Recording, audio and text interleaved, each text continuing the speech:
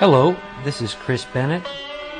Join us weekly at Pot TV on the Burning Shiva Hour as we explore the roots of cannabis culture throughout history and around the globe.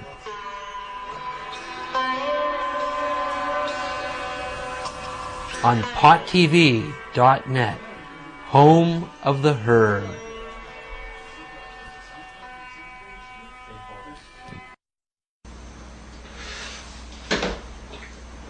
Welcome to the Burning Shiva Hour. I'm your host, Chris Bennett.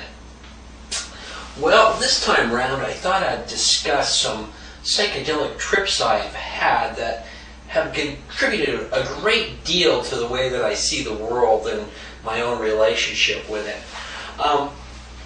Now, I should note that I have had powerful experiences under cannabis, and in fact, it was one of these cannabis experiences that places me here before I write now, and resulted in the writing of both my books, Green Gold, The Tree of Life, Marijuana, Magic, and Religion, and Sex, Drugs, Violence, and the Bible.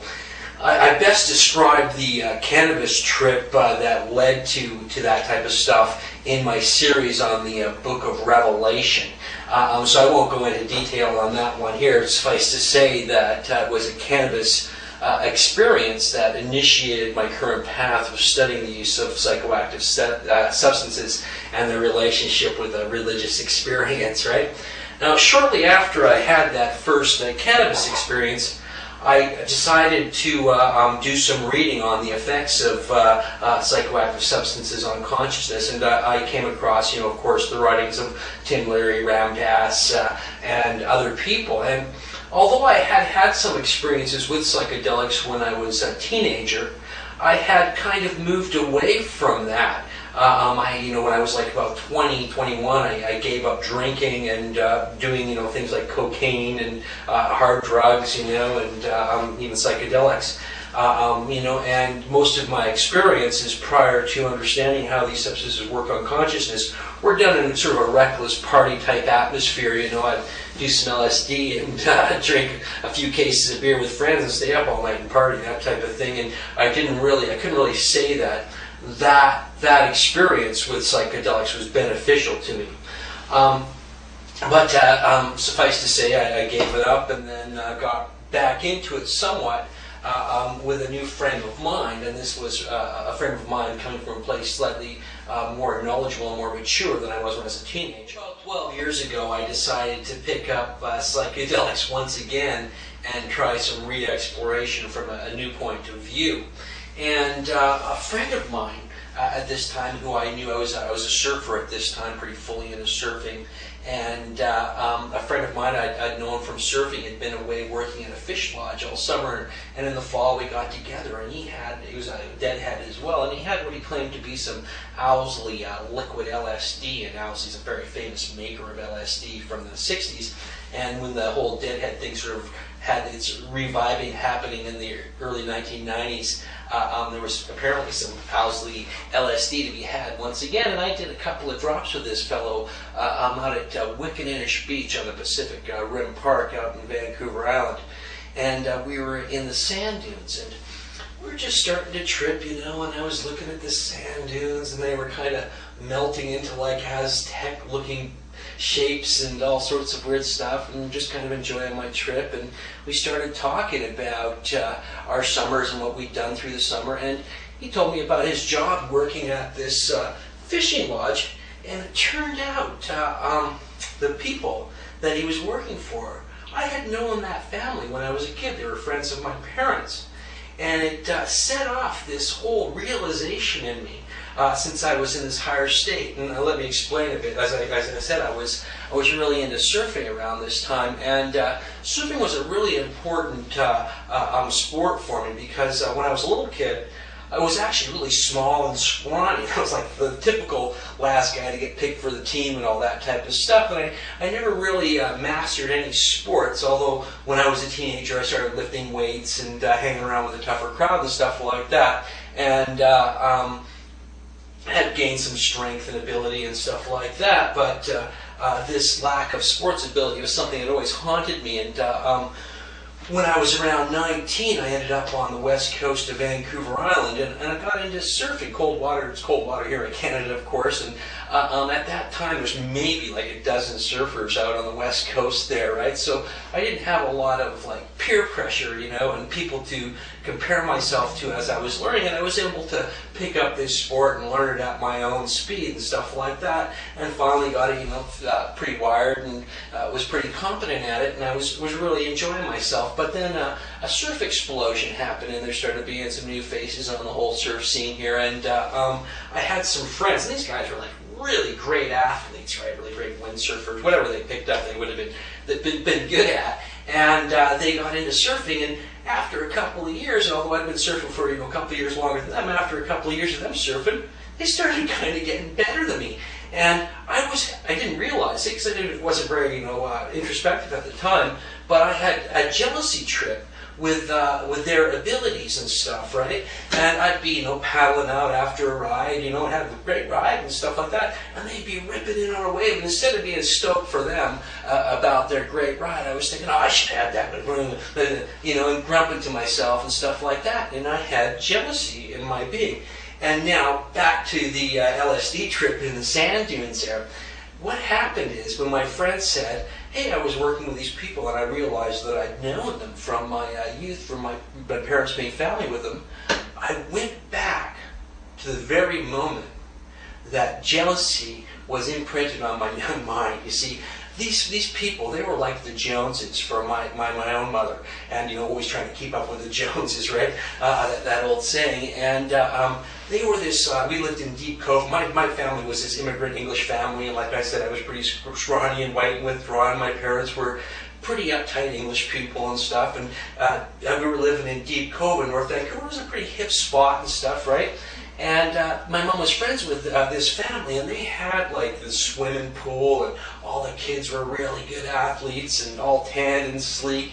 And I remember being a 5-year-old kid there and sitting with my own kind of dysfunctional family at the edge of this pool and picking up on my mother's desire to be like those people and feeling that inadequacy. How come you're not more like their kids? Why couldn't you be more like them?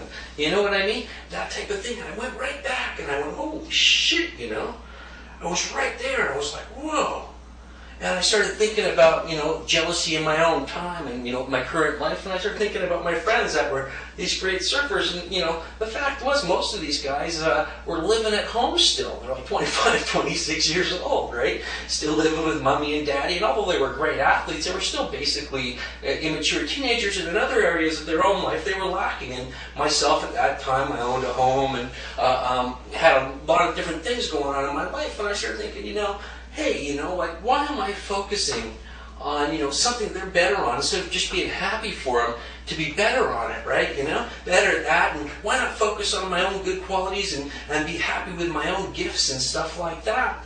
And I was like, wow, and I said this, expressed this to my friend, and my friend, he said to me, yeah, well, is there anything else you want to get off your chest?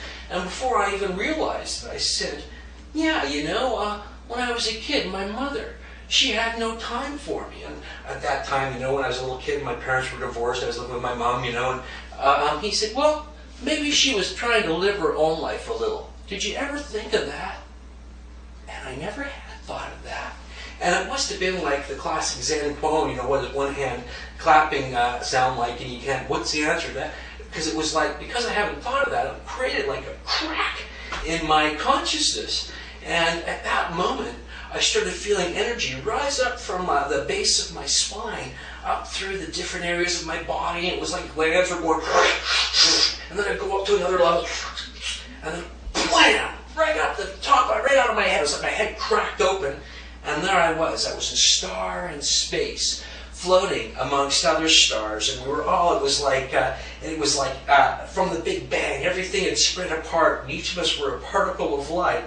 And slowly, as we came to overcome what separated us from the rest of this universe of light, all our ignorance and fear and that type of thing, we were slowly going to reconglomerate into that one point.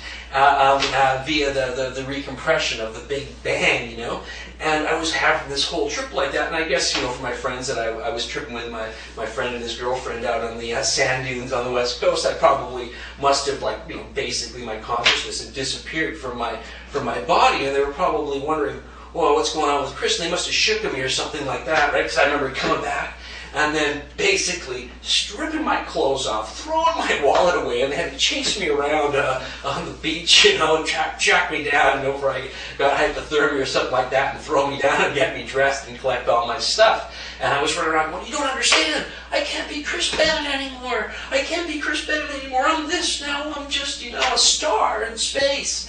And then they calmed me down. It took me, you know, a day or so to kind of come back down to earth, and they brought me home to a very worried wife. It was a little shocked to see me in such a state. But although, you know, like, it sounds horrible, that experience was really a very, very powerful experience for me. And, you know, even, you know, 12, 13 years later, I'd have to say that it was a deeply spiritual, moving experience for me. And I put great weight into it, more than I could ever get from, you know, going to a church and listening to a sermon by some preacher or something like that, because it was a direct experience that directly affected me.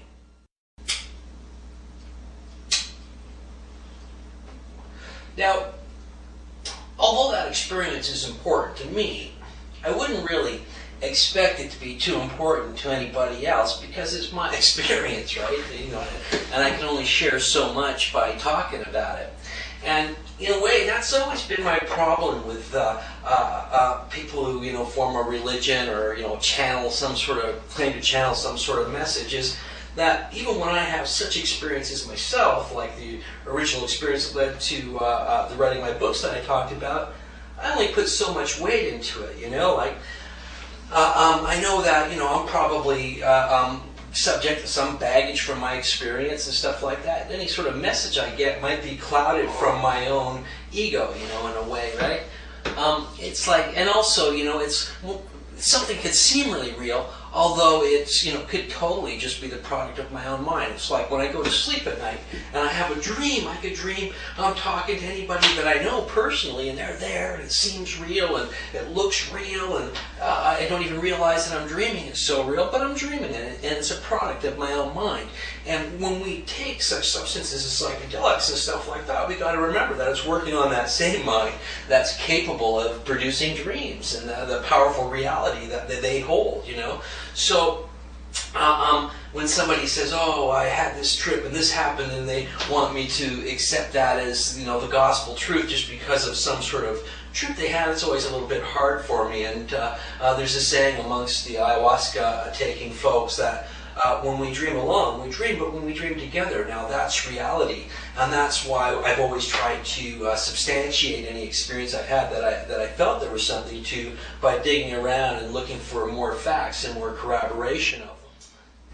It was such a concept that led to what I call the Wheel of Anthropos, an experiment I had in channeling, but not limited to one individual, and where the channeling entity would have to come via a number of individuals to hopefully block out any local signals, such as the person ego, and act as a clearer receptor for any sort of message. Now, this sounds pretty wild, I know, and you probably think I'm pretty crazy talking like this, but I have to say that the experiment, the Wheel of Anthropos, which I conducted on my birthday in 1996 under a full moon with 12 other participants, has always left a really lasting impression on me.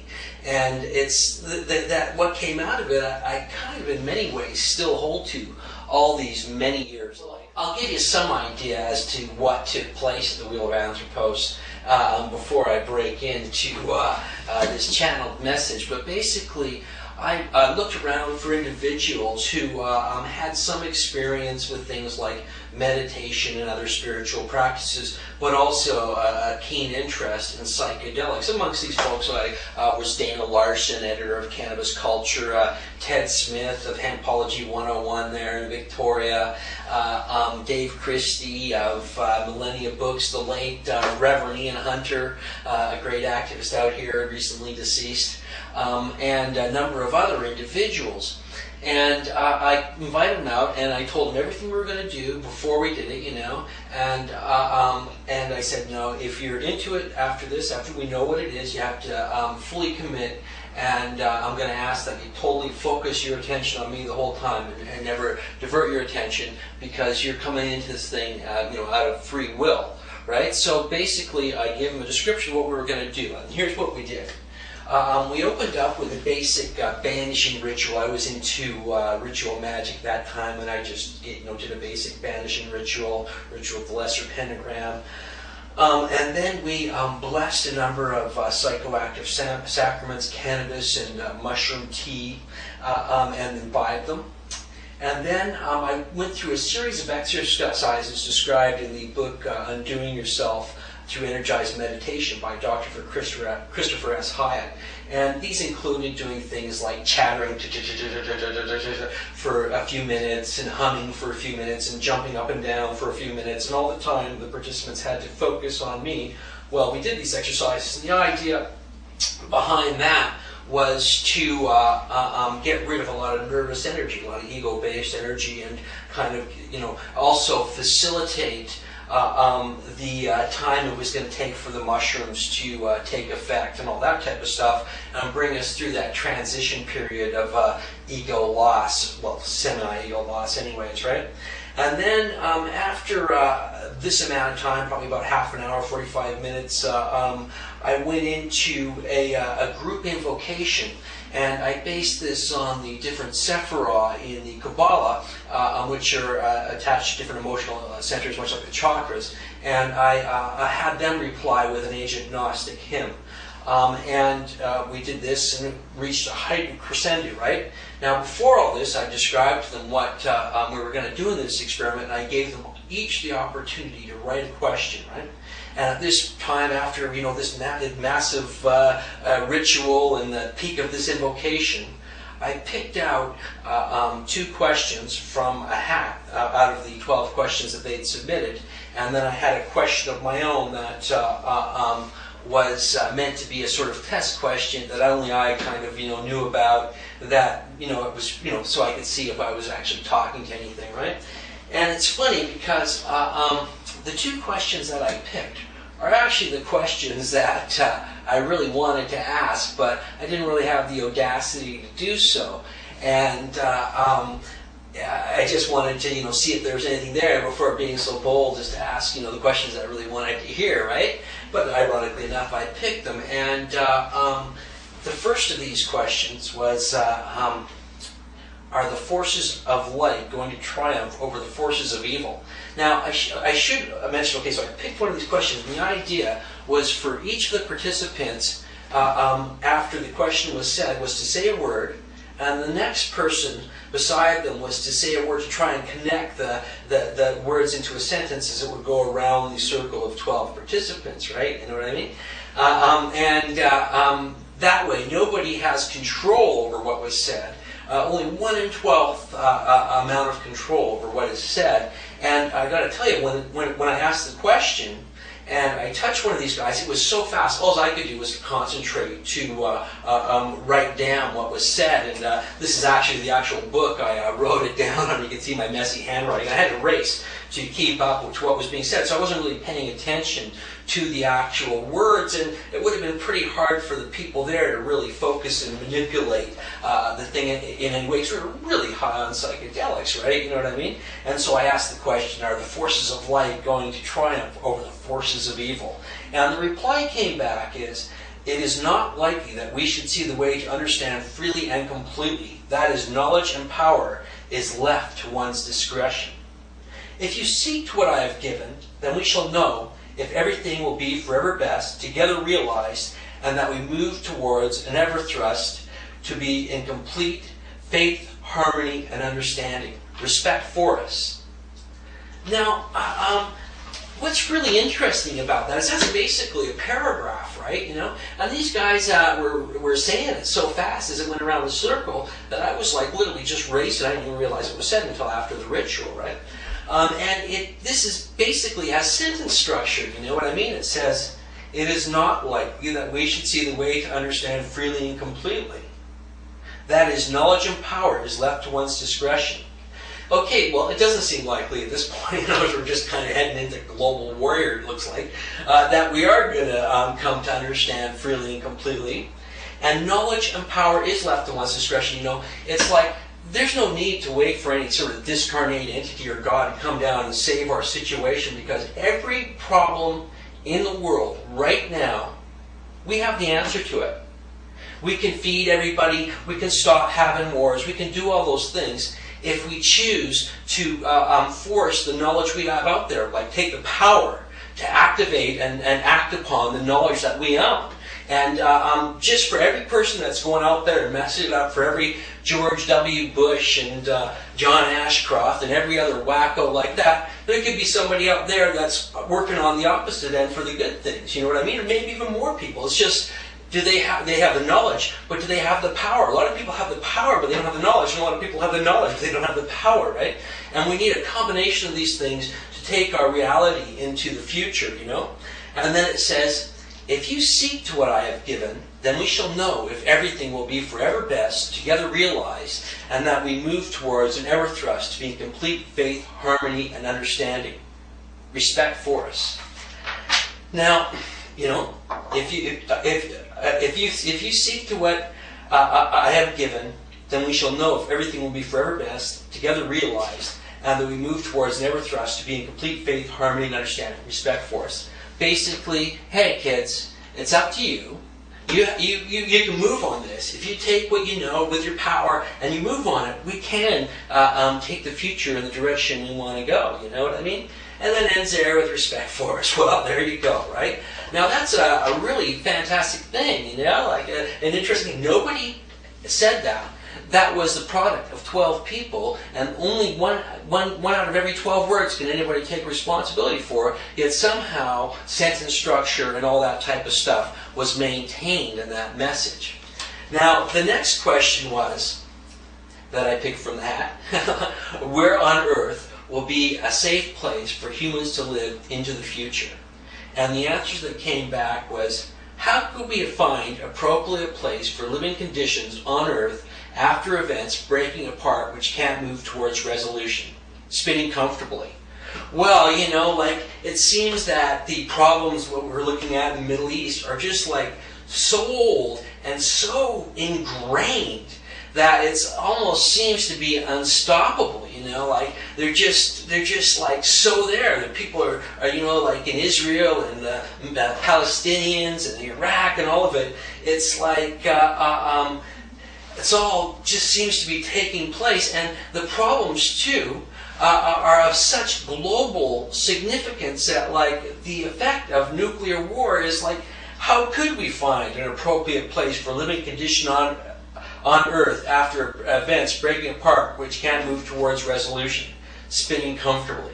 And what does that spinning comfortably mean? It means that most people are just caught up in their daily lives, their bullshit jobs, their day-to-day existence, and buying stereos and beatboxes and new clothes and stuff like that, to even be remotely aware enough that of what's taking place, or if they are aware of enough of being remotely active enough to take initiatives to prevent that from taking place. And they're spinning comfortably onto this unresolvable, well, seemingly unresolvable, because people are so massively hypnotized by the media and whatnot, unstoppable situation. And there's no safe place.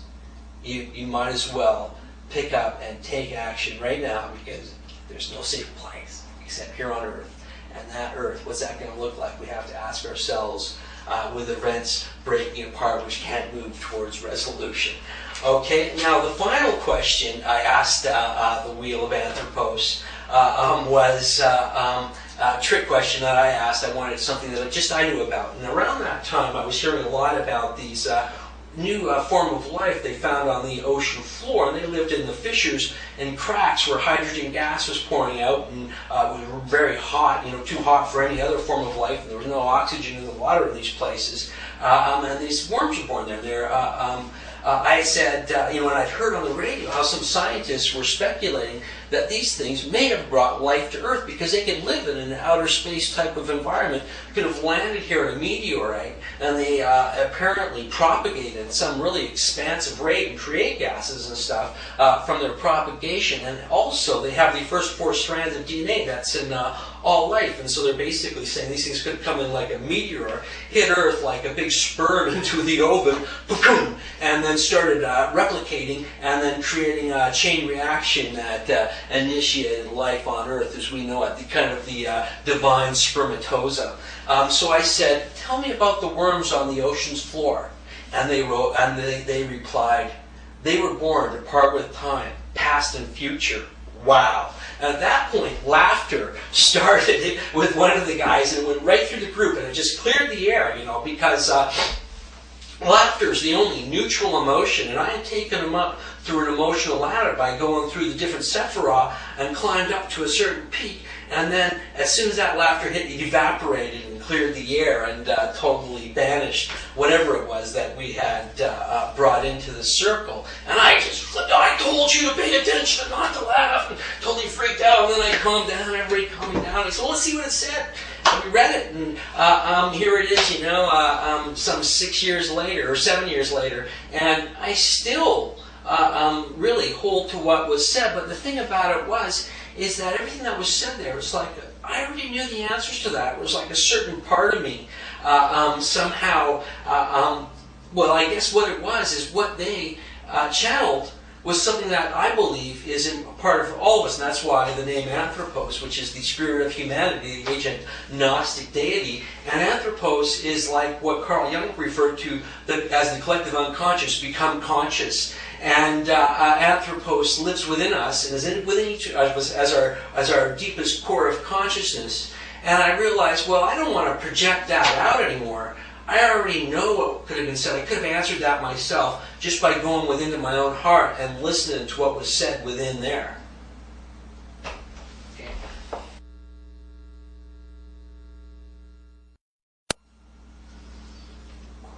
Now, the final experience I'm going to describe happened at a very trying time in my life. I was just going through a divorce from my first wife, and I had been ripped off on my first book by some people I thought were good friends, and it was really had left me in kind of a dark and depressed space. It was kind of getting hard for me to pull myself out of, and I decided to go on a boat trip up to some hot springs in the Clayoquot Sound with my really good buddy of mine from high school, and again Ian Hunter and some other folks.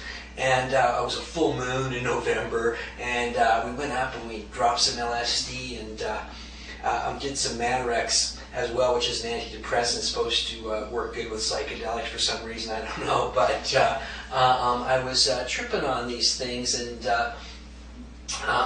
we went into the hot springs, and it was pretty high, and I was having a bit of anxiety and stuff, but I was chilling all right, and we're lying in the springs, and Ian Hunter loaded up a pipe with DMT, and he said, no, I don't want to hit, and I was like, oh, no thanks, and then he took a hit himself, and he passed it to me already lit, and I was like, oh, it's already lit. So I took a puff, and I went to hand it back, and he's like, no, and I took a bigger puff, and I leaned back, and I was like lying in these hot springs. Now these hot springs, they're like in this beautiful rock crevice, and they match, they sit up with the ocean, where the ocean, really deep water at the edge of this rock crevice, and the ocean's level with where the hot springs are in this little crevice that comes out of the earth. And you have a situation where the water from the bowels of the earth is mixing with the water from the Mother Ocean, you know what I mean? It's a really exotic spot, right? It was really nice, bright, late night, about 1 a.m, full moon.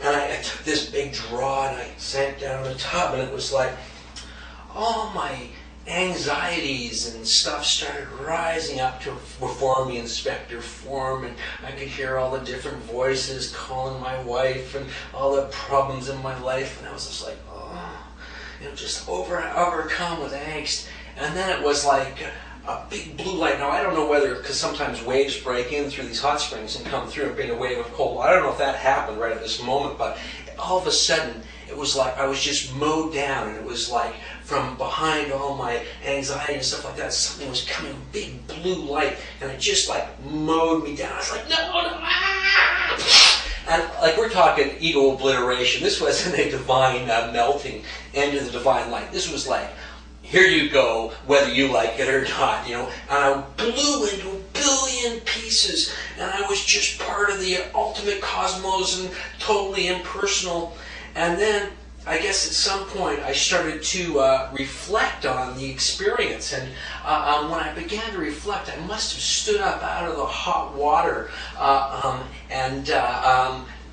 been hit with a cold air on my body, and in that hot water, I guess it was kind of like the John Lilly situation, classic altered states, where I had no body definition because of my body just blended off into the warmth of the water, and it was just like this head in this big pool of warm water, and I stood up in the cold. It was like I retook shape, and I felt the need to comment on the experience, and all I could think to say was impressive. And as soon as I said that, it was like the word, I just took form. And I felt like when I was saying it, it was like cracking through the universe. And everybody in their home was going, whoa, what's going on in my head? And I'd cracked the cosmic consciousness. I looked at Ian and another friend that were there, and it looked to me like they were being covered with electrical energy, and they were shaking in the hot springs. And of course, they're just having their own pleasant trip, right? Unaware of my ecstatic journey. And then I slumped on this cold rock, and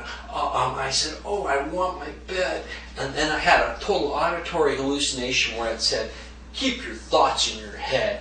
And I just kind of went over to the beach, and I threw up, and I couldn't even talk. I was just hyperventilating, and they finally started calming me down. And it was like 20 minutes later, my spine at the very bottom was rattling like a rattlesnake, and I was like, I saw God!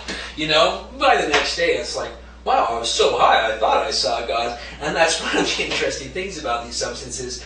Is it like, are you coming into contact with the divine, or is it just the product of your own consciousness, And either way, it's a fascinating journey and a topic of conversation for many